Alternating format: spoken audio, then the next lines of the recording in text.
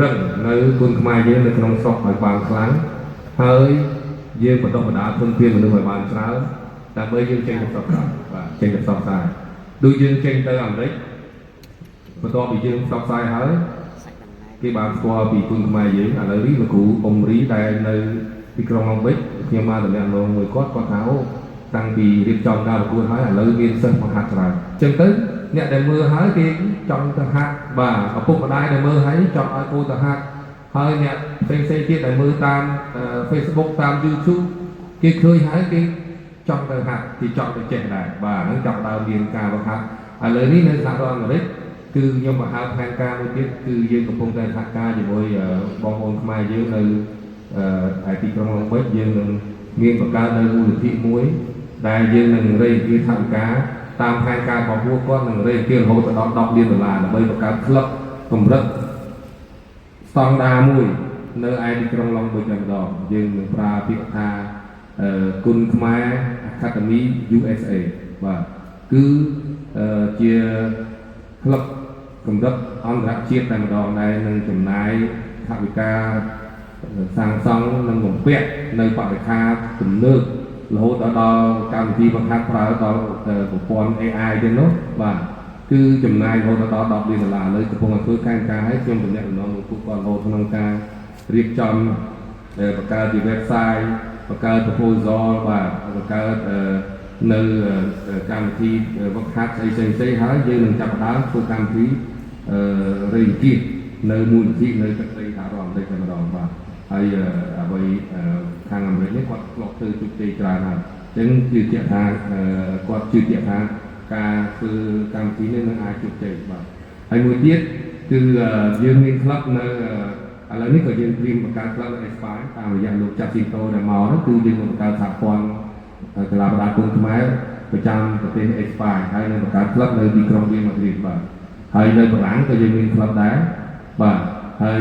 នៅអាល្លឺម៉ង់ក៏យើងមានក្លឹបគុណខ្មែរមួយដែរបាទក្លឹបគ្រូគុណខ្មែរនៅប្រទេសអាល្លឺម៉ង់ដោយលោកគ្រូវ៉ាត់វ៉ាន់បាទដែលនៅទីនោះហើយចំពោះប្រទេសចិនបន្ទាប់ពីខ្ញុំត្រឡប់មកវិញបានចរចាខាងស្ថាប័នចិនសន្យាថានឹងបង្កើតក្លឹបគុណខ្មែរទី1នៅប្រទេសចិនប៉ុន្តែមកដល់ពេលនេះខ្ញុំទទួលបានដំណឹងល្អជាងមុនទៀតគឺថានៅក្នុងខែ7នេះដែលយើងទៅ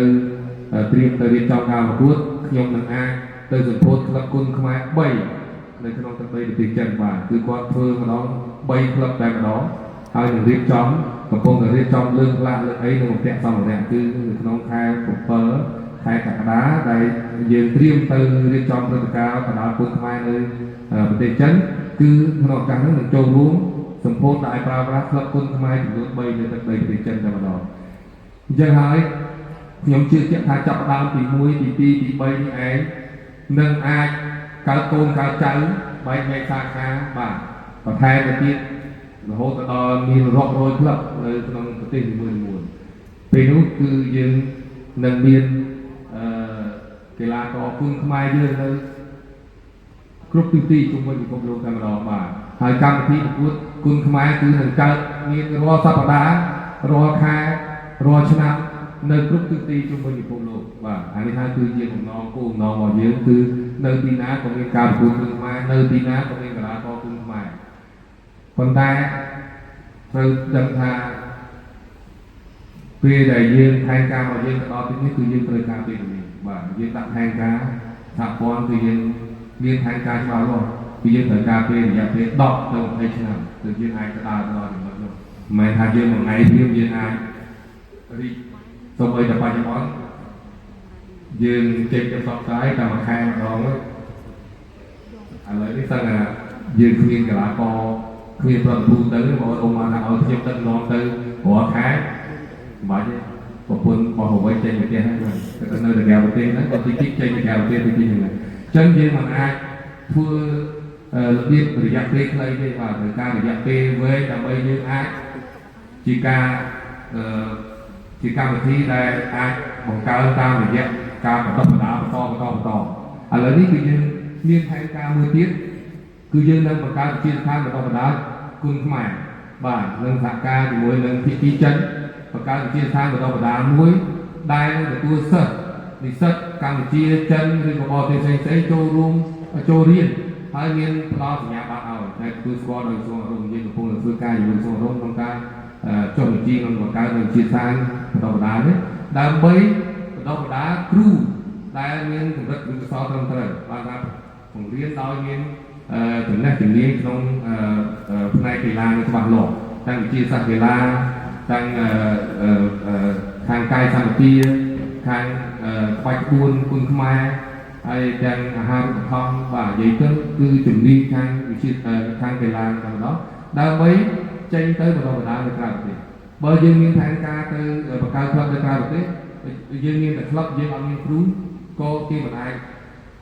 រៀនហាត់បានដែរបាទអញ្ចឹងយើងត្រូវតែមានគ្រូខ្ញុំផែនការគឺយើងនៅថ្ងៃអនាគត3ឆ្នាំ5ឆ្នាំទៀតគឺយើងនឹងបង្កើតគ្រូខ្មែរយើងឲ្យបានយ៉ាងតិចក៏1000នាក់ដើម្បីចេញទៅផ្សព្វផ្សាយព្រោះតែប្រទេសចិនមួយគេត្រូវការ200នាក់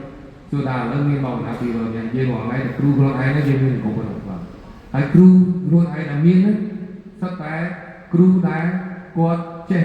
ចាំចំណេះជំនាញតពីគ្រូគាត់មុនបាទថាគាត់ជាអតីតកីឡាករហើយគាត់ចេញមកគាត់ខ្លាយជាគ្រូបរៀនតាមអ្វីដែលគាត់ធ្លាប់រៀនសូត្រពីមុនប៉ុន្តែគាត់មិនបានឆ្លងកាត់ការបណ្ដុះបណ្ដាលជីវៈខាងគ្រូកសលតែជាគ្រូកីឡាត្រឹមត្រូវទេបាទអត់មានក្បួនអត់មានខ្នាតអត់មានច្បាប់ទម្លាប់ត្រឹមត្រូវទេដូច្នេះយើងត្រូវតែយកគាត់មកបណ្ដុះបណ្ដាលច្បាស់ទៅដើម្បី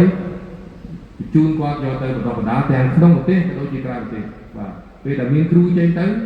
គឺនឹងមានសិស្សមកខាត់បាទមានសិស្សមកខាត់មានការកើនឡើងច្រើនទៅគឺគុណខ្មែរយើងនឹងអាចជោគជ័យទៅគ្រប់ទិសទីនៅក្នុងពិភពលោកបាទសូមអរគុណហើយ